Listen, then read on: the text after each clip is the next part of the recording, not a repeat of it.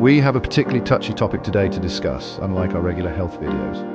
We're diving into a somber reality, the alarming rate of suicide among doctors. It's a tragedy that impacts the medical community worldwide and demands our attention. These dedicated individuals dedicate their lives to saving ours, yet they face unique pressures that can become unbearable. You see, folks, being a doctor isn't just a job. It's a calling, it's a commitment to long hours, immense responsibility, and the emotional toll of dealing with suffering daily.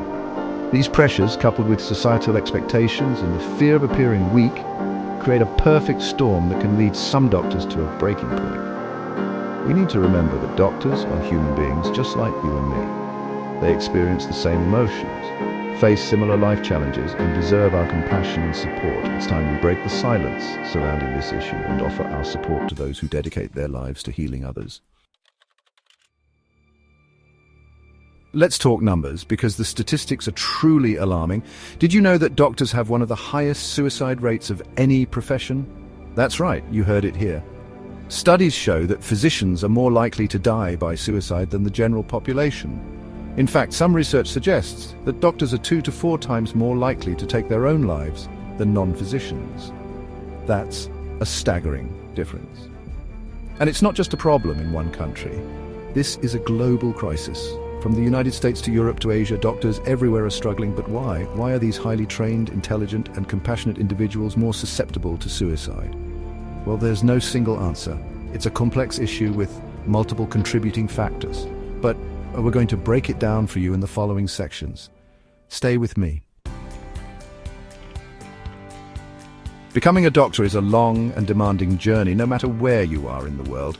But in a country like India, the path is particularly arduous. Think about it.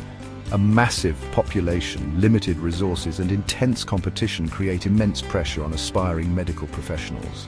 In India, students often endure years of rigorous study, followed by grueling work schedules and immense pressure to succeed.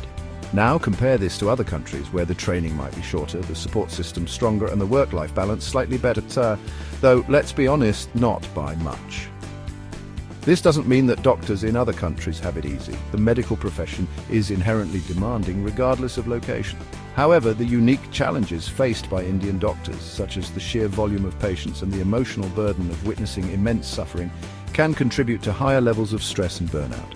We need to remember that cultural factors also play a role. In many cultures, seeking help for mental health issues is still stigmatized. This stigma can prevent doctors from reaching out for help when they need it most, and that's a real problem. Section 4, Specialization and Suicide, examining the highs and lows. Now let's delve into the world of medical specialties because, believe it or not, some specialties have higher suicide rates than others. Shocking, right? For instance, studies have shown that anesthesiologists, psychiatrists, and surgeons are among the specialties with the highest suicide rates. Why is that? Well, these specialties often involve high-pressure situations, long and unpredictable hours, and the emotional weight of dealing with life or death cases.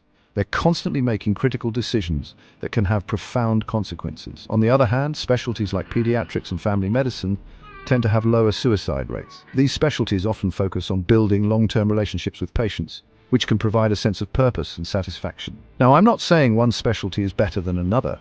Every specialty has its own unique challenges and rewards. But it's essential to recognize that the nature of certain specialties can contribute to stress, burnout, and mental health issues.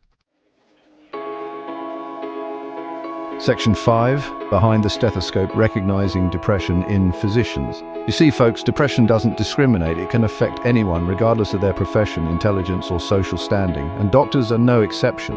In fact, they're at an even higher risk due to the demanding nature of their work. But here's the thing about depression, it often hides in plain sight. Doctors in particular are masters at masking their emotions. They're trained to be strong, stoic, and always in control. But beneath the surface, they may be struggling with feelings of sadness, hopelessness, and worthlessness. So how can we spot depression in doctors? Well, it's important to look for changes in their behavior. Are they withdrawing from social activities? Are they working excessively long hours? Are they neglecting their own physical health? Other signs include irritability, difficulty concentrating, changes in sleep patterns, and loss of interest in activities they once enjoyed. If you notice any of these signs in a doctor, you know it's crucial to reach out and offer support. Remember, early detection and intervention are key to preventing tragic outcomes. Don't wait for a crisis to occur. Take action today. Section 6, a call to action, caring for those who care for us. It's time we change the narrative. Doctors are not invincible. They're human beings who experience the same emotions, stresses, and challenges as anyone else. And they deserve our compassion, understanding, and support. So what can we do? First and foremost, we need to break the stigma surrounding mental health. We need to create an environment where doctors feel comfortable seeking help without fear of judgment or repercussions. Hospitals and medical institutions also have a crucial role to play. They need to prioritize the mental well-being of their staff by providing access to confidential counseling services, promoting work-life balance, and fostering a culture of support. But it's not just up to the medical community. We all have a role to play in supporting our doctors. Be kind, be patient, and show your appreciation for the work they do.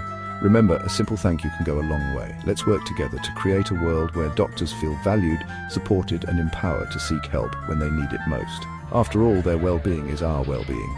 For all health-related queries, visit sbmemorial.com.